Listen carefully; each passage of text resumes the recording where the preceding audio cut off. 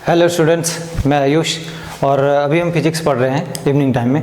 अब तक जो मैं पढ़ा चुका हूँ एक बार मैं रिमाइंड कराऊँ। लॉज ऑफ मोशन, उसमें मैं displacement, distance, velocity, speed, acceleration, retardation, ये छोटी छोटी चीज़ों पे और कुछ यूनिट्स पे मैंने बात करा था, एसआई यूनिट्स पे। उसके बाद जब सेकंड चैप्टर में मैं आया तो आपको फोर्स के बारे में बताया, न्यूटन्स लॉ ऑफ मोशन के बारे में बताया, तीनों फर्स्ट, सेकंड और थर्ड। मैं ये भी बताया कि इनर्शिया क्या है, कैसे न्यूटन्स फर्स्ट लॉ से इनर्शिया और कैसे न्यूटन फर्स्ट लॉ से ही बल की डेफिनेशन आते हैं। सेकंड लॉ से force is equal to mass into acceleration, मतलब फोर्स की फार्मूला कैसे क्रिएट होता है, तीसरी लॉ में बताया था। और उसके बाद आपसे मैं सेंट्रीपिटल फोर्स, सेंट्रीफ्यूगल फोर्स के बारे में बात किया कि centripetal force is equal to mv²/r, ये समझाने की कोशिश किया था। उसके बाद उसके कुछ यूनिट्स के बारे में बात किया। आज जो मैं बात करूंगा आपसे मोमेंटम के बारे में, दूसरी बात होगा आपका प्रेशर, तीसरा होगा फ्रिक्शन, और कल जो बात करूंगा मतलब जो नेक्स्ट आने वाला रहेगा ग्रेविटेशन। ग्रेविटेशन जैसे ही समाप्त होगा एक बड़ा टॉपिक वर्क पावर एनर्जी की तरफ हम बढ़ेंगे। तो अब देखिए, सबसे पहले जब जो टॉपिक है उसको समझने की कोशिश कीजिए, साथ साथ जो भी इससे रिलेटेड न्यूमेरिकल्स होंगे वो भी आपको बताने की कोशिश करूंगा। तो पहला क्या है, momentum. Momentum is equal to क्या होगा, P इज इक्वल टू, इसको P से एक्चुअली डिनोट करते हैं, इसी वजह से P is equal to m into v. M into v का मतलब क्या होगा दोस्त, मास इंटू वेलोसिटी। ठीक है, तो जब भी कोई आपसे मोमेंटम का डेफिनेशन पूछे तो सीधा आपको बताना है द्रव्यमान गुना गति। ठीक है, अब देखिए इसका यूनिट की अगर बात करोगे तो मास का यूनिट क्या होता है दोस्त, kg, और वेलोसिटी का आप पढ़ चुके हो मीटर प्रति सेकंड, तो यही तो होगा kg इंटू मीटर प्रति सेकंड। ये एक सदिश राशि अर्थात ये एक वेक्टर क्वांटिटी है। ठीक है, दूसरी बात संवेग संरक्षण का सिद्धांत आता है, जनरली इसी के ऊपर सारा क्वेश्चन बनते हैं, तो इसको आपको समझना होगा। न्यूमेरिकल्स अगर आते हैं तो बना लीजिएगा। बाद में एक और आएगा ऊर्जा संरक्षण का सिद्धांत, ये है संवेग। देखिए, दो वस्तुओं की संवेग का योग, मतलब कोई भी दो वस्तु है उसका अगर संवेग का योग करोगे तो टक्कर के पहले और टक्कर या टकराने के बाद दोनों का वेग क्या होगा, संवेग क्या होगा, बराबर होगा। जैसे मैं कह रहा हूं कि मान लीजिए एक बॉडी ये है और दूसरी बॉडी ये है, तो दोनों अगर टक्कर से पहले है तो ऐसे, लेकिन मान लीजिए ये मतलब रेस्ट पे है और ये मूव कर रहा है, ऐसे समझिए। ये मान लीजिए रेस्ट पे और ये बॉडी मूव कर रही है, इसको जाके धक्का देगी, तो क्या ये दोनों नहीं आगे नहीं बढ़ेगी, बढ़ेगी ना। इसका मतलब इसका जो मोमेंटम होगा और इसका जो मोमेंटम होगा, दोनों का मोमेंटम को अगर ऐड करोगे तो जो फाइनल का मोमेंटम होगा बराबर होगा। वही चीज मैं बोला कि दो वस्तुओं की संवेग का योग टकराने के पहले और टकराने के बाद बराबर होता है, लॉस नहीं होता उसमें। जैसे इसीलिए मैं बोला कि m1v1 प्लस m2v2 इसका इज इक्वल टू टोटल हो गया, ये m इज इक्वल टू यहाँ क्या हुआ है m1 plus m2, total m है और ये v वेलोसिटी है, तो m इंटू वी हो जाएगा। इसको आप दिमाग में बसा लीजिए। ठीक है, इसी पे एक न्यूमेरिकल मैंने लेने की कोशिश किया ताकि आपसे मैं डिस्कस कर सकूं, जिसमें क्या बोल रहा है, 40 kg द्रव्यमान वाली एक लड़की, ठीक है, कोई एक लड़की है जिनका वेट कितना 40 kg है। लड़की 5 मीटर प्रति सेकंड के क्षैतिज वेग से, मतलब इनका वेलोसिटी दे रखा है 5 मीटर पर सेकंड वेग से 3 kg की द्रव्यमान वाली, देखिए जो इस टाइप का एक होता है, आप लोग देखे होंगे, तो यहाँ से ये जंप करती है इस पे, जब ये जंप करेगी तो ये मूव करेगा, तो कुछ इस तरह का सिचुएशन हो जाएगा कि इसके ऊपर ये होंगी, समझ पा रहे हैं, तब का मास दोनों का ऐड हो जाएगा। ठीक, अब समझिए अगर 40 kg है मतलब m इंटू वी इसका हो गया, लेकिन इसका मास दिया हुआ है आपके सामने 3 kg, और द्रव्यमान वाली स्थिर गाड़ी, इसका मतलब ये जो गाड़ी है वो रेस्ट पे, इसका मतलब इसका वेलोसिटी 0 है। अब देखिए इसका मास क्या हो जाएगा 40 प्लस 3, मतलब ये हो जाएगा 43 kg का, और इसका वेलोसिटी पूछ रहा है, बोल रहा है ना कि गाड़ी की गति प्रारंभ करने की अवस्था में वेग क्या होगा। तो देखिए m1v1 करोगे, अर्थात यहाँ से फिर से अगर आप लगाओगे m1v1, देखिए क्या करोगे आप, इसके लिए करोगे m1v1 प्लस इसके लिए करोगे m2v2 is equal to m और v। ठीक है, ये m1 और m2 यूज कर रहा हूँ इन दोनों के लिए। अगर आप ये लगाएंगे तो यहाँ पे देख रहे होंगे कि ये हो जाएगा 40, इसका मतलब 40 into 5 plus 3 into 0 is equal to क्या करोगे 43 इंटू वी। अब ये क्या होगा 200 plus 0 is equal to 43 v. अगर आप वी कैलकुलेट करोगे तो क्या आ जाएगा 200 डिवाइडेड बाई 43 जो भी आएगा आपका आंसर।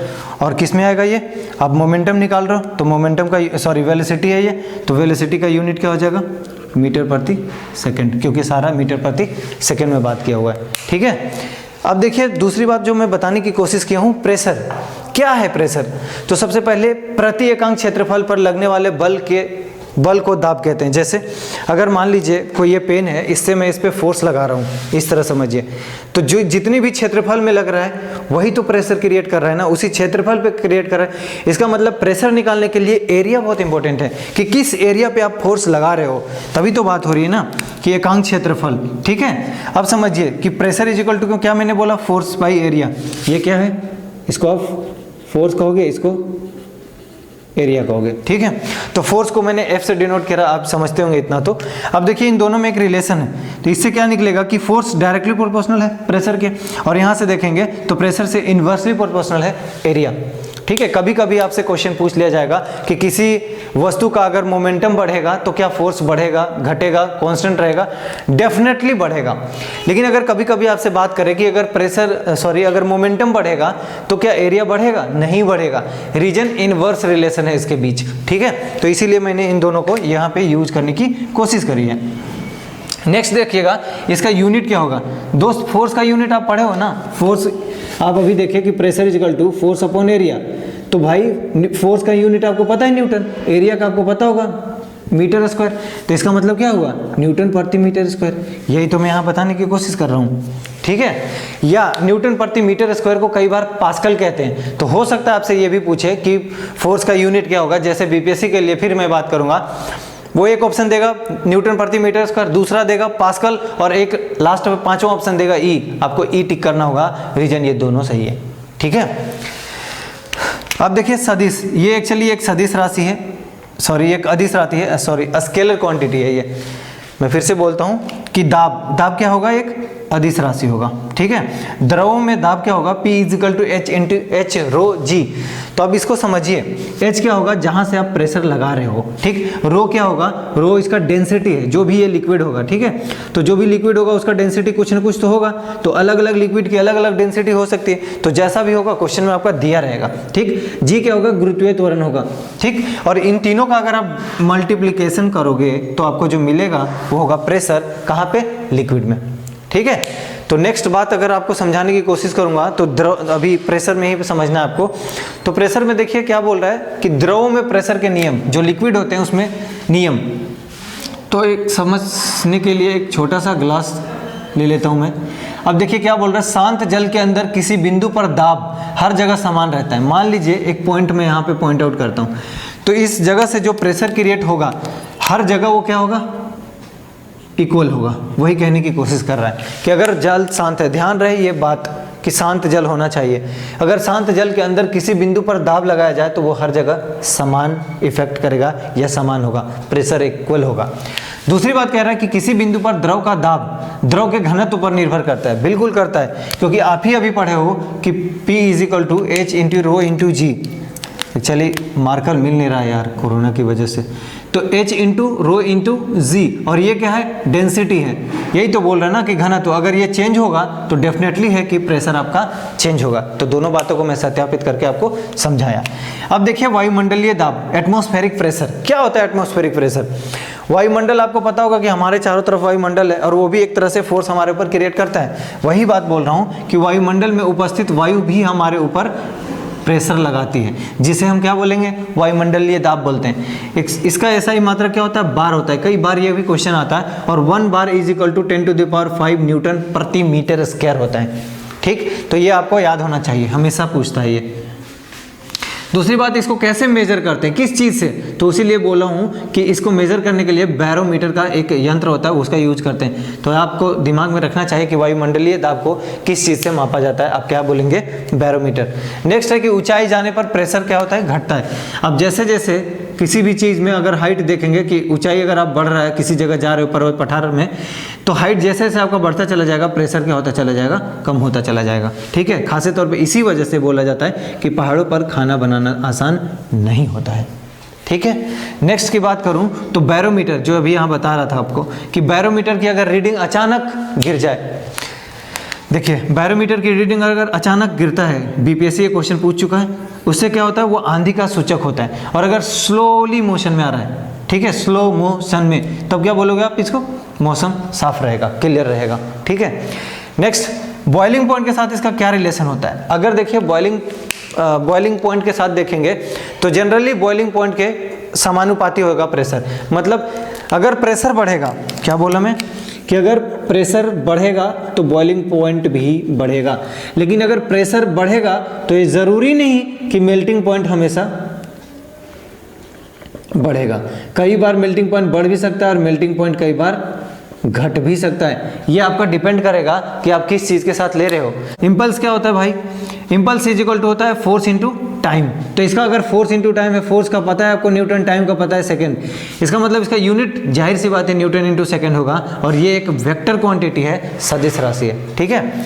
नेक्स्ट अगर देखिएगा तो मैं कुछ क्वेश्चन लेने की कोशिश किया हूँ प्रेशर के ऊपर, तो आप समझिए क्या बोल रहा है। एक क्यूबॉइड को मेज पर रखा गया है जिसका द्रव्यमान, तो सबसे पहले क्या बोला इन्होंने, क्यूबॉइड बोला है। तो आप एक क्यूबॉइड डिजाइन कर लेना चाहिए, बना लेना चाहिए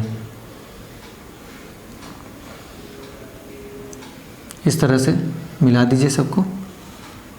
तो ये रहा आपका एक कीबोर्ड जिसकी डायमेंशन दी हुई है 40 दी हुई है, ठीक है। विड्थ कितना है भाई 20 है और हाइट कितना है 10 है, बढ़िया। उसके बाद बोल रहा है कि 5 kg का है, तो ये 5 kg का रहा। तो एक कीबोर्ड मेज पर रखा हुआ है, मान लीजिए कि हाँ नीचे टेबल है, इसके ऊपर ये रखा हुआ है जिसका द्रव्यमान 5 kg है, इसकी विमाएं डायमेंशन इतना इतना है। कीबोर्ड द्वारा मेज पर लगने वाले दाब, क्या निकालना है, दाब को ज्ञात करें यदि विमाएं की सतह पर मेज रखे हो। अच्छा, हो सकता है कि ऐसे रखा हो सकता है इसको इस तरह से हम फोल्ड करके रख दें, मतलब उसका डायग्राम बनाने की जरूरत नहीं, आप इसको समझिए ऐसे। तो सबसे पहले आपसे पूछ क्या रहा है, प्रेशर। तो प्रेशर इज इक्वल टू, आपने क्या पढ़ा, फोर्स अपॉन एरिया। क्या आपको फोर्स पता है, नहीं, तो निकालना पड़ेगा। तो फोर्स इज इक्वल टू क्या पढ़े वो, mass into acceleration by area, यहाँ है तो एरिया लिखोगे। लेकिन दोस्त पहला क्वेश्चन को मैं डील कर रहा हूँ ए वाली। आप एक बात बताओ, ए पता है नहीं, लेकिन आपको जी पता है, रीजन को कुछ हाइट पे है तो ग्रेविटेशनल फोर्स लगेगा, तो मैं ए को जी कह सकता हूँ। इसका मतलब एम कितना है 5, जी कितना है, तो 9.8 आपको लेना चाहिए। अगर 10 दिया रहता 10 लेता। डिवाइडेड बाय एरिया, कितना होगा एरिया, तो एरिया ये दे रहा है आपको इंडिकेशन कि इस सरफेस पे है। इसका मतलब ये चीज़ ऐसे नहीं, बल्कि इसको अगर मैं समझाना चाहूँ तो देखिए ये एक्चुअली इस पोजीशन में है फिलहाल, लेकिन वो जो पहला क्वेश्चन में डील कर रहा है वो ऐसा डील कर रहा है कि इस तरह से है या इस तरह से है। तो आप क्या लेंगे, इसका एरिया चेंज हो जाएगा उस समय बेस का। तो बस इसी तरह से आप एज्यूम कीजिए जो भी एरिया होगा क्या हो जाएगा 20 इंटू 10 सेंटीमीटर स्क्वायर, क्योंकि 2 बार सेंटीमीटर यहाँ भी है और यहाँ भी है। लेकिन एक बात समझिए, आपको सबसे पहले ये पता कर लेना चाहिए। तो अब आपको इधर बता देता हूँ शॉर्ट में, 9.8 बाई 5 करोगे, इसको हटाओगे नीचे 10 करोगे, ये 2 करोगे, ये क्या हो जाएगा आपका 49। इसका मतलब यहाँ पे 49 निकल के आया। मैं एरिया की बात कर रहा था ना, तो आपको कन्वर्ट कर लेना चाहिए इसको मीटर में। तो 2 यहाँ हो जाएगा 10 डिवाइडेड बाई 100। अब ये मीटर में आएगा तो 2 0 कट कर दीजिए इस तरह से, 2 बाई इतना बचेगा, तो इसको आप लिख सकते हो 0.02। तो यहाँ पे आप पुट करेंगे 0.02, जो भी आपका आंसर आएगा आप कैलकुलेट कर लीजिएगा, ठीक है। किस में आएगा ये, इतना किस में आएगा, प्रेशर मतलब न्यूटन प्रति मीटर स्क्वायर, क्योंकि इसका यूनिट यही होगा। मैं इसको हटा रहा हूँ। नेक्स्ट इज बी पार्ट को अगर देखिएगा तो फिर से आपको निकालना पड़ेगा। तो प्रेशर इक्वल टू क्या लगाओगे, फोर्स अपॉन एरिया। फोर्स क्या रहेगा आपका m इंटू जी, मतलब सेम चीज आएगा ये, तो मैं यूज कर लेता हूँ 49 डिवाइडेड बाई एरिया चेंज हो जाएगा, रीजन देखिए डायमेंशन चेंज हो रहा है, इसका मतलब 40 इंटू 20, ठीक है। तो इसको आप कन्वर्ट कर लो, फिर से 40 बाई 100 कर सकते हो, 20 बाई, मैं तो डायरेक्ट कर दूँगा लेकिन आपको देखिए सीखिए, 2 0 1 0 1 0, तो क्या हो जाएगा ये 4 2 8, इसका मतलब 0.08 हो जाएगा। इसका मतलब ये हो जाएगा 49 अपॉन 0.08, फिर से जो भी आएगा वो न्यूटन प्रति मीटर स्क्वायर में आएगा। समझ पा रहे हैं। नेक्स्ट चीज अगर आप देखिएगा तो आपका मिलने वाला है क्या, फ्रिक्शन। फ्रिक्शन क्या होगा, एक प्रकार का विरोधी बल होता है। आपको कल भी मैं फ्रिक्शन समझा रहा था कि कभी भी अगर आप फोर्स इधर लगाओगे तो वो अपोज करेगा हमेशा, जैसा इस डायग्राम से आपको समझाने की कोशिश करूंगा। जनरली क्या होगा, ये गति के अपोजिट दिशा में जनरली क्या होता ही है। तो देखिए हमेशा वस्तुओं के संपर्क में होने से लगेगा। देखिए यहाँ इसीलिए इसको बोलते हैं कॉन्टैक्ट फोर्स एक तरह से। तो अगर ये किसी जगह पे ये रखा हुआ है और अगर मैं इस तरह से फोर्स अप्लाई कर रहा हूँ, इसका मतलब इस साइड से एक फ्रिक्शनल फोर्स अप्लाई होगा। इस चीज़ को बहुत अच्छे से आपको समझना होगा क्योंकि इससे बहुत जुड़ा हुआ क्वेश्चन आएगा। अब देखिए एक बात, अगर अभी तक मान लीजिए ये रखा हुआ है इस तरह से मेरे हाथ पे, मैं इसको फोर्स लगा रहा हूँ, मूव कर रहा है ये नहीं कर रहा है क्योंकि उधर से फोर्स उतना लग रहा है, अभी मूव कर रहा है नहीं कर रहा है, जस्ट करने वाला है। जब ये मूव करने लग जाएगा इस तरह से थोड़ा थोड़ा, तब जो फोर्स तब जो फ्रिक्शन लगेगा वो कैसा फ्रिक्शन कहलाएगा? काइनेटिक। लेकिन जब तक मूव नहीं कर रहा है वो कैसा कहलाएगा? स्टैटिक। इसी वजह से फ्रिक्शन का यहाँ पे दो टाइप होता है। क्या क्या होता है देखिए, तो कल मैं आपको समझाया था कि अगर अप्लाइड फोर्स फ्रिक्शन फोर्स से ज़्यादा हो जाएगा बॉडी मूव करेगा, लेकिन अगर अप्लाइड फोर्स फ्रिक्शनल फोर्स से कम होगा या बराबर होगा बॉडी मूव नहीं करेगा। यहाँ पे देखिए इसका दो टाइप जो भी आपको समझा रहा था। स्टैटिक फ्रिक्शन क्या होगा?